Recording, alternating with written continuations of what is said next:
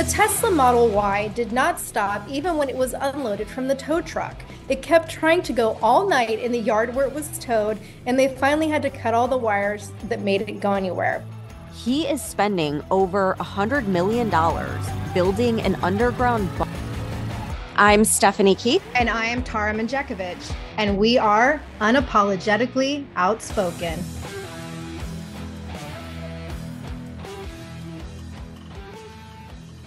Hey everyone, happy Monday. So on Friday, we discussed the movie Leave the World Behind, and I've got to say, okay, we went over that scene with the self-driving Teslas like crashing into each other that clogged up that bridge so like no one could leave, which was, oh my God, that gave me so much anxiety. Well, what are the odds that right after this movie comes out, 2 million Teslas get recalled for self-driving safety concerns? It's like, you can't even make this shit up. I'm like, are you kidding me? But no, it's real. This is really happening. Yeah, I read an article in a publication called Auto Evolution, and it was talking about a Tesla that ran over an electrical box at McDonald's in Colorado last weekend. And the driver's claiming that she had to crash her Tesla into an electrical box because it refused to be overridden and it kept driving autonomously even after the car was towed away. And like, according to this article, the owner of the Tesla said both her feet were on the floor. She was in the drive-through. And like all of a sudden, the car started going 70 miles an hour from the drive-through window. And she explained that she had to, quote, get the front axle off the ground so it could spin freely without running all over the place, end quote. And so she like purposely steered the car towards the electrical box. And the article also said, quote, the Tesla Model Y did not stop even when it was unloaded from the tow truck. It kept trying to go all night in the yard where it was towed, and they finally had to cut all the wires that made it go anywhere. Photos from the scene were posted by the Fort Lupton Fire Department. After the preliminary investigation, they confirmed what the driver said, end quote. And I saw the pictures that were with the article. And of course, the article also mentions how this happened literally right after the Netflix movie came out. It's really scary. Like, it's funny, but it's scary when you think about Right? how Biden has said so many times he wants all electric vehicles and how, what if they just program them to all go either crash each other or go to these like FEMA camps? Like there's so many things that come to mind. And then God forbid, like AI get into the system and try to take it over. So it really is something that, yeah, we should not have that, or at least like we should think this through a little bit more. Yeah. So at least they're doing a recall. Maybe that'll fix it. I don't know. But speaking of electric vehicles, remember that massive infrastructure bill that was passed last year with the Biden administration that like really wasn't for infrastructure? Well, I guess $7 billion was spent by the Biden administration to build electric charging stations across the country. And not even one single charging station has actually been built. So, like, where did that $7 billion go? We don't know. Only one can imagine, but it sure as hell didn't go to build in the charging stations that it was supposed to. And it's just crazy because it's like that movie comes out and everyone's freaking out. And then did you see like there's this trailer now that they just conveniently released right after this movie that's about a civil war breaking out in the United States. And Yeah. so like this has like everyone just kind of like, what is going on? Is something coming? Are they preparing us for something? So it's like everyone is on the same page now where it's like maybe we need to seriously start prepping for some impending doom. And that like sounds, haha, whatever, until you start to see like what the elites are doing. Okay. So, according to an article in The Independent, quote, Britain's Deputy Prime Minister Oliver Dowden has warned the public that they should buy candles, torches, and battery powered radios in the event of a crisis cutting power supplies. The senior Tory cabinet minister said Britons should be more personally resilient, and he suggested they were too dependent on devices activated by the internet. And a National Resilience Academy will be launched to help people and businesses prepare for future pandemics, natural disasters, and cyber attacks. Like, what the fuck? So he goes on to say that the government will also develop a new volunteer hub aimed at helping authorities draw on a single pool of volunteers who want to help in future events similar to the COVID pandemic. It sure sounds like they are fairly certain that something big is coming. And I'm sorry, but like when the deputy prime minister is doomsday prepping, that's not a good sign. And you know who else is doomsday prepping? Billionaire Mark Zuckerberg. And this really freaked me out, okay? He is spending over $100 million building an underground bunker in Hawaii on his compound called Kailua Ranch. And this is turning out to be the most expensive renovation in modern history. Okay, this underground like encampment has 12 buildings and it's going to contain its own food and energy sources. And it has like this vast tunnel system with blast resistant concrete and steel doors.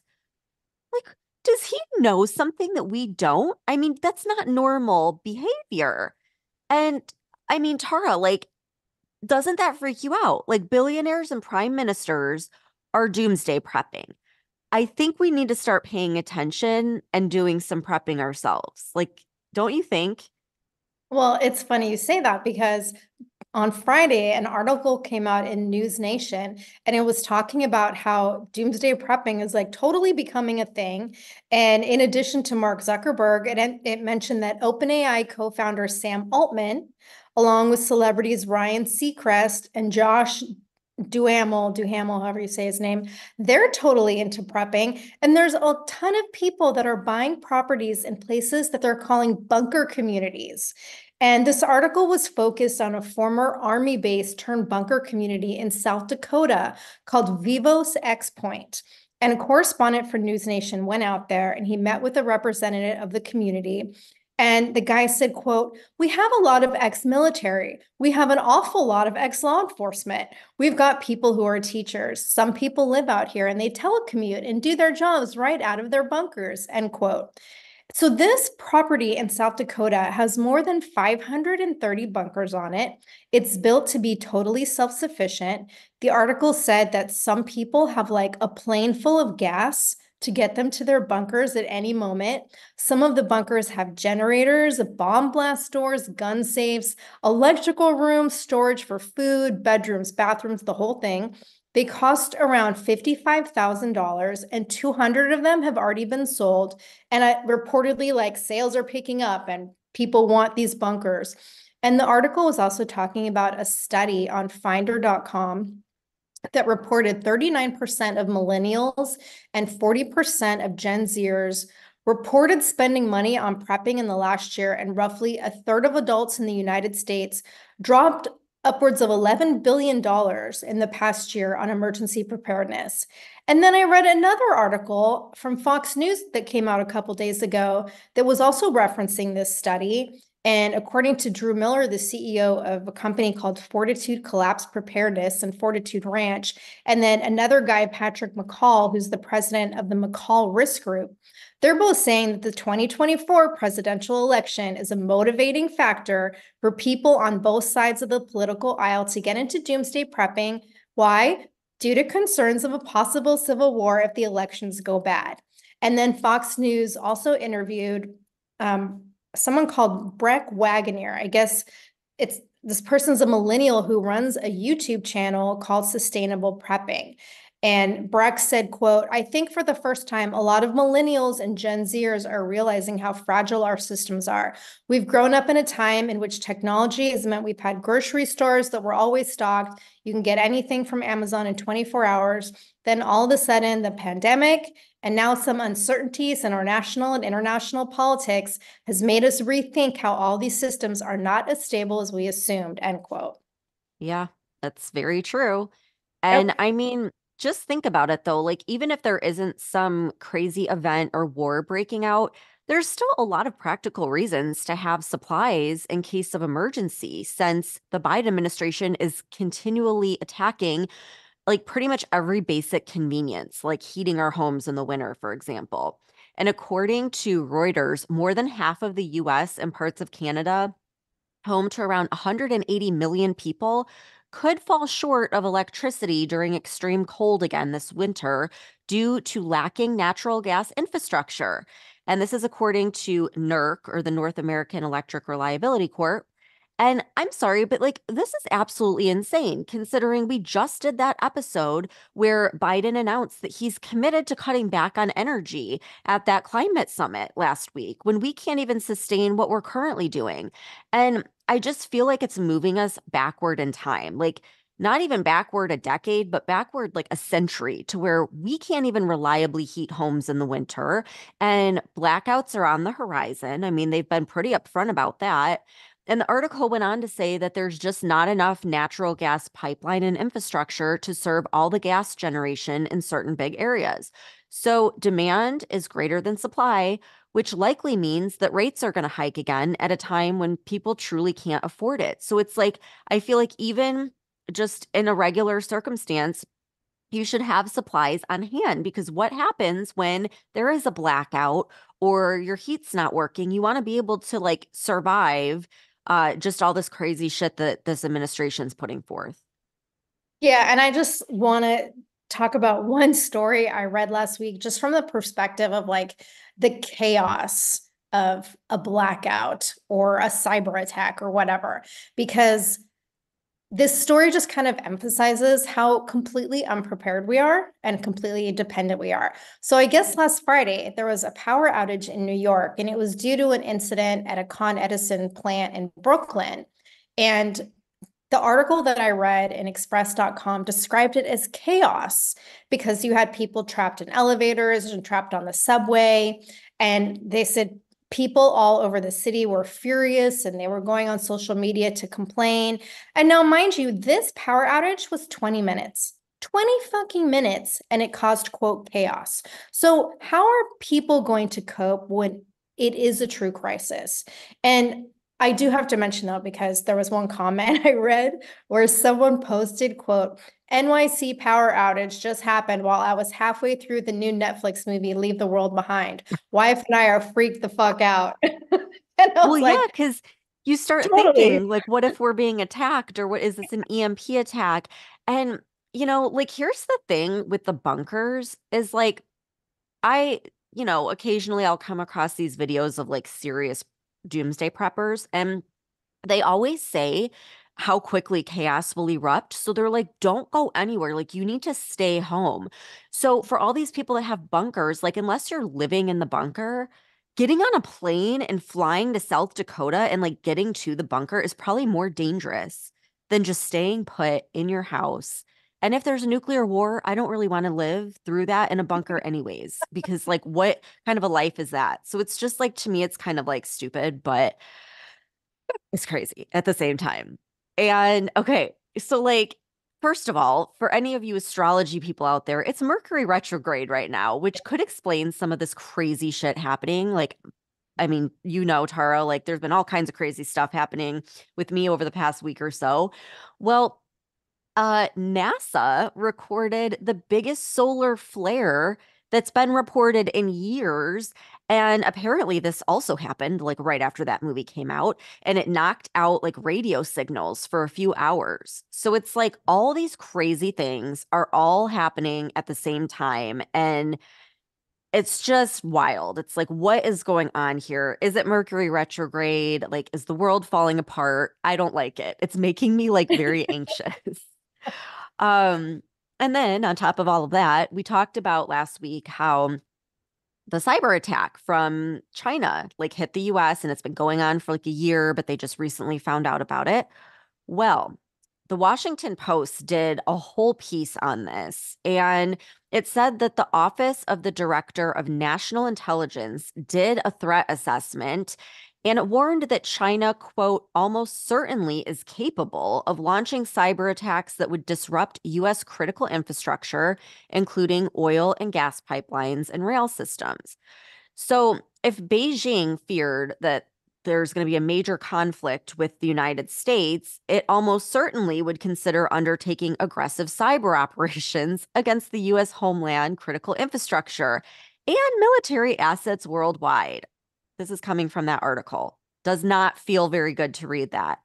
Then you've got this guy, Joe McReynolds, who is a China Security Studies Fellow at Jamestown Foundation, and he told the Post, quote, Chinese military officers have described in internal documents how they might use cyber tools or network warfare. He said military strategists speak of synchronizing air and missile strikes with disruption of command and control networks, critical infrastructure, satellite networks, and military logistics systems. That sure sounds a lot like this movie where like even the satellites go down. And while we know China's been focused on Hawaii and Guam, I guess that Chinese hackers also tried breaking into the Texas power grid. And it didn't really say if they were successful or not. And I think they still don't know, like, if they're in there or not, which is really creepy because that controls the energy for the entire state of Texas. And then a top mobile internet company in Ukraine also faced a cyber attack last week. This was from Russia. And I saw like all of these TikToks where Ukrainians were saying that they couldn't access their bank, they couldn't get any money out. And again, like it just feels like so much is building up around the world and just leading us further and further into conflict. And it's really it's time to like, I don't feel like we could just ignore this and hope for the best. I feel like people need to pay attention and just be on alert and prepare most of all. Um, so with all this being said, I don't know if I'm going to make a mountain out of a molehill or whatever that saying is, but our government does seem concerned because when they go to pass the annual National Defense Authorization Act for military aid, they're now citing China as the main reason why there's an increase in the budget. So they ended up approving $886 billion for 2024, which will be used for Ukraine. No surprise there. But the other big reason was to push back on Chinese presence in the Indo-Pacific, which is a 3% increase over last year in the budget. They also put forth a 5.2% raise for military members, which is the largest in a decade. So, in one of the articles that I read, it said, quote, enacting the NDAA has never been more vital than today. This is from the House Armed Services Committee Chairman Mike Rogers.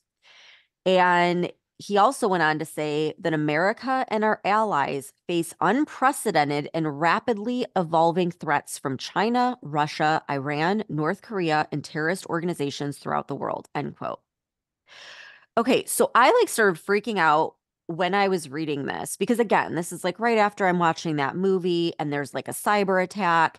And I mean, I had to remind myself, we do these military budgets annually. That is nothing new. Like every year it has to get passed. But does it strike you as odd that they're citing China and the Indo-Pacific as a main reason for the increase? Meanwhile, like they said nothing about Israel, and Biden is now like softening his support on Israel.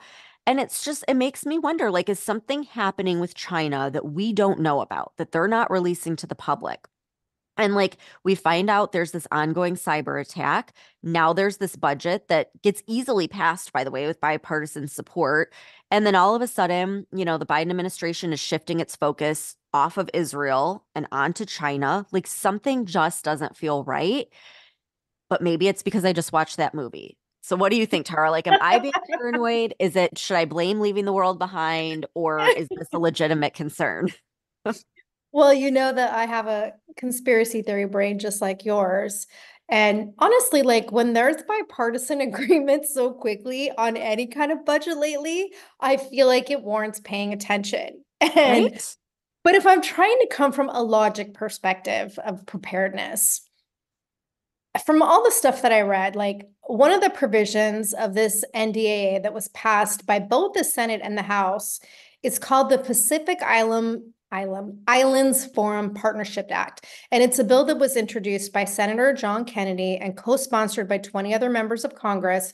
And it basically creates like a special envoy to the Pacific Islands Forum, which is an international organization of Australia, New Zealand, and Pacific Island nations. And these are all nations that are strategically located in the Indo-Pacific region and are facing threats from China in terms of like economic, cybersecurity, and military concerns.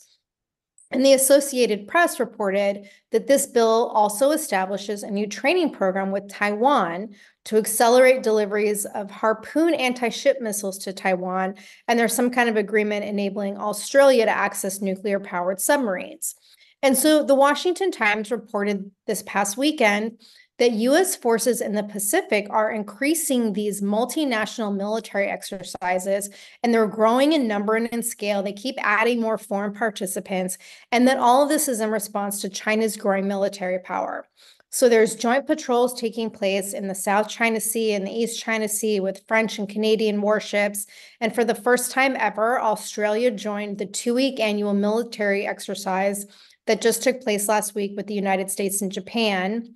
And the article was saying that like there's places like Indonesia, Malaysia, Sri Lanka, and other Pacific Island nations that have not taken sides at all in the past, but growing concerns about China are pushing the armed forces of these nations to rely more on US security and support to push back against Chinese maritime aggression. And I guess there's also an ongoing issue as of last week with the Philippines, where the China is making all these threats against the Philippines in like waters that are controversial. You know, is it China? Is it Philippines?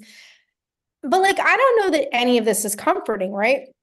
So Fox News reported on Saturday that the US ambassador to China, his name is Nicholas Burns, he said on Friday that he doesn't, quote, feel optimistic, end quote, about the future of US-China relations, and that China is the United States' most consequential relationship for the next couple of decades. And he said, quote, we're the two leading economies in the world and will be into the 2030s and 2040s. We're the two most powerful militaries in the world and certainly will be for the next 2 decades. We're the two countries with the widest global reach if you think about the economic, societal, political, strategic breadth that most countries have, and we're vying for global power as well as regional power. So yes, I do think there's probably a lot more going on with China than we know about, especially since the focus has been aid to Ukraine, aid to Ukraine, aid to Ukraine. And now we're throwing in this money and saying, oh, it's because of China. Well, I keep thinking about, first of all, you had mentioned Canada. And again, on TikTok, there was a news report of a Canadian plane, or like, what do you call them? Jet, whatever. And the China like came in and they were within 15 feet of this Canadian plane. Like they weren't fucking around. It was scary to watch. And I just, every time I like read stuff on China, I just keep picturing Antony Blinken's face and the way he responded during that China meeting. And I know it's like funny, but it's also terrifying because it's like, when do you ever see someone that nervous? Like something Right. happened at that meeting that scared the shit out of him. And like now all this stuff is happening and it's really concerning. I don't have a good feeling about any of it.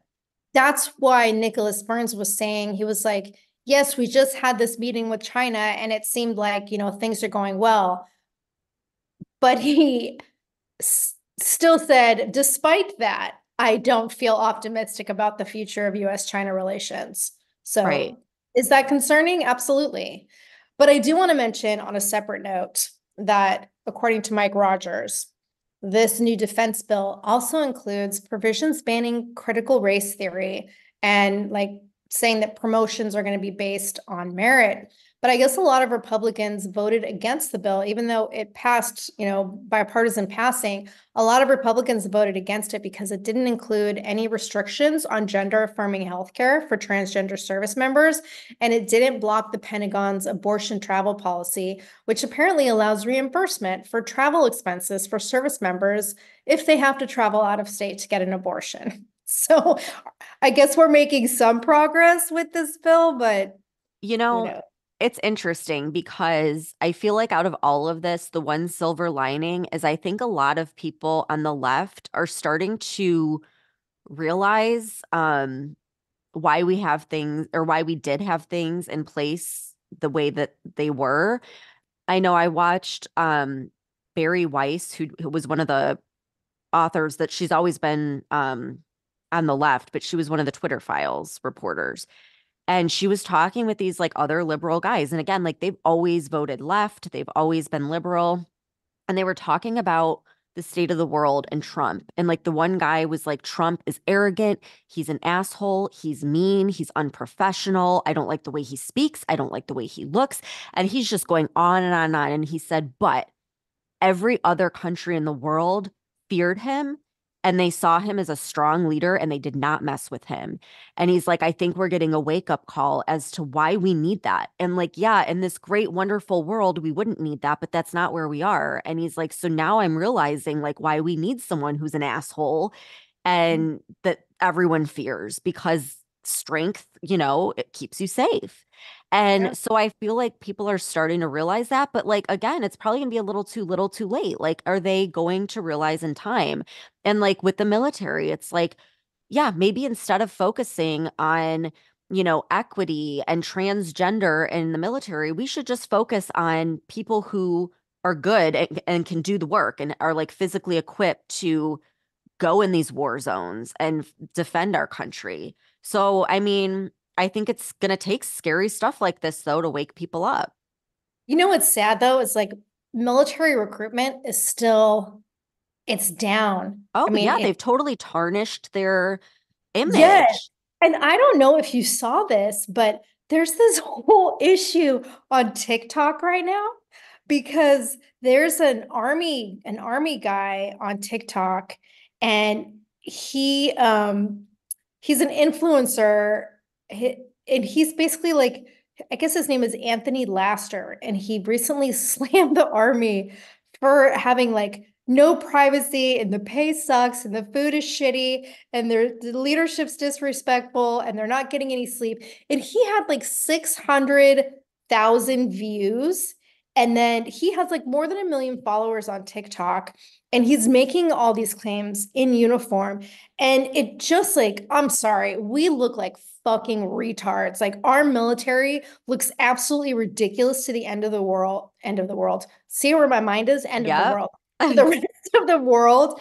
And then there was another like Gen Z person on there that was complaining about that they have to meet training standards and pass physical agility tests. And it's like, I'm sorry, our military is just fucking disgraceful. And now it's like Yeah. it's all over the fact that they're all over TikTok complaining about being in the military when it's a voluntary military. And it's not even like other countries where you're forced to join the military. This is straight Right. up voluntary. And this is the representation of America. It's really disturbing. Well, this is what happens when you demasculate a society. When men aren't allowed to be men and you're shamed for being strong and having resilience and all of these things, that's what happens. You get people that can't do it and that are Yeah. soft and that are weak and that complain and want to just, like be lazy and live in their parents' basement or whatever. Like it's You it's know pretty who's frightening. not, yeah, you know who's not on TikTok complaining about the military? Anyone from China. China's military. Yeah, Yeah. China doesn't even have the same TikTok. They like learn like I math and know. shit on their Yeah, TikTok. It's just crazy. We are like, I mean, they have screwed this country up I so know. badly in such a short amount of time. I mean, Yep. think about like when Trump was in office, think about how many people were like so proud to be Americans and would like go and fight for him and our country without question compared to now. You think Yeah. like Biden is really getting anyone in the patriotic mood to go and fight other nations? No, like they've completely destroyed things in 3 years. It's absolutely astonishing, really. Yeah, and I know we've mentioned like recruitment before, but the article that I was reading, it was a Daily Mail article that was talking about this whole influencer, but it was saying that the Army expects to fall 15,000 short of its recruitment target for 2023, and the Navy is 10,000 personnel short. Like those are big numbers. I'm sorry, those are pretty big numbers. Yeah, it really is. And can I just say one more thing? I don't know if it'll comfort you or terrify you. It terrified me, but I feel like we've always got to end the episode on a terrifying note. I mean, come I on. know. So something that I caught it, but it didn't really sink in until I watched it again on Leave the World Behind. Okay, so the part where Julia Roberts and George, like the homeowner, are like sitting at the table drinking wine, and he's talking about like his rich elite friend that, they get a heads up basically, but that's it. If something's going to happen, like the apocalypse. And then he says this thing where he's like, the truth is, there's no one in control. There's no one pulling the puppet strings. And then they paused. They did not say anything. Like they were trying to get that to sink in. And I was thinking, if Obama's the executive producer, is he sending a message that, like, hey, I know everyone thinks I'm pulling the puppet strings and like there's behind the scenes, it's really not Joe Biden, but like, what if it is? What if it is? And there really is no sane person in control.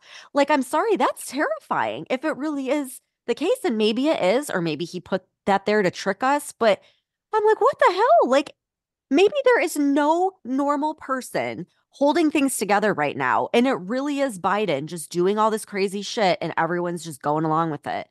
Like, how scary is that? That would be utterly frightening. I mean, Yeah, it's scary enough to think like the Cobb Mafia is in control, right.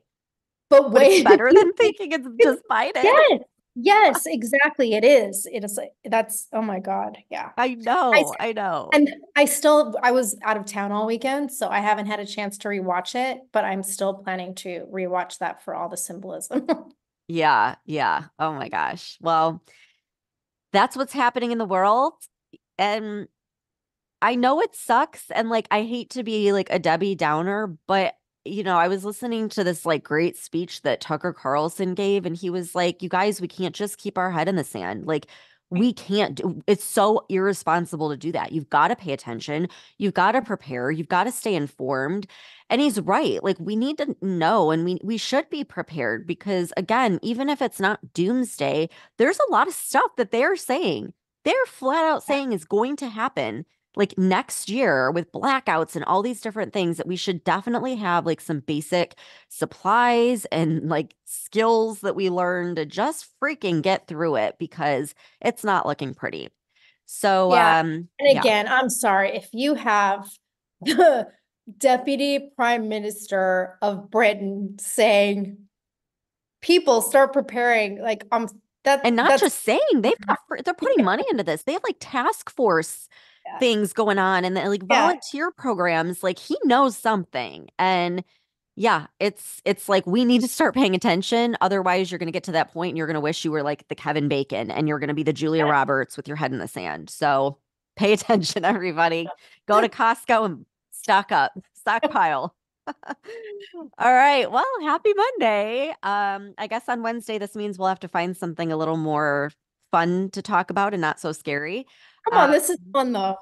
This is I think it's fun. It's still fun. fun. It's It's becoming terrifyingly fun. fun. Yeah.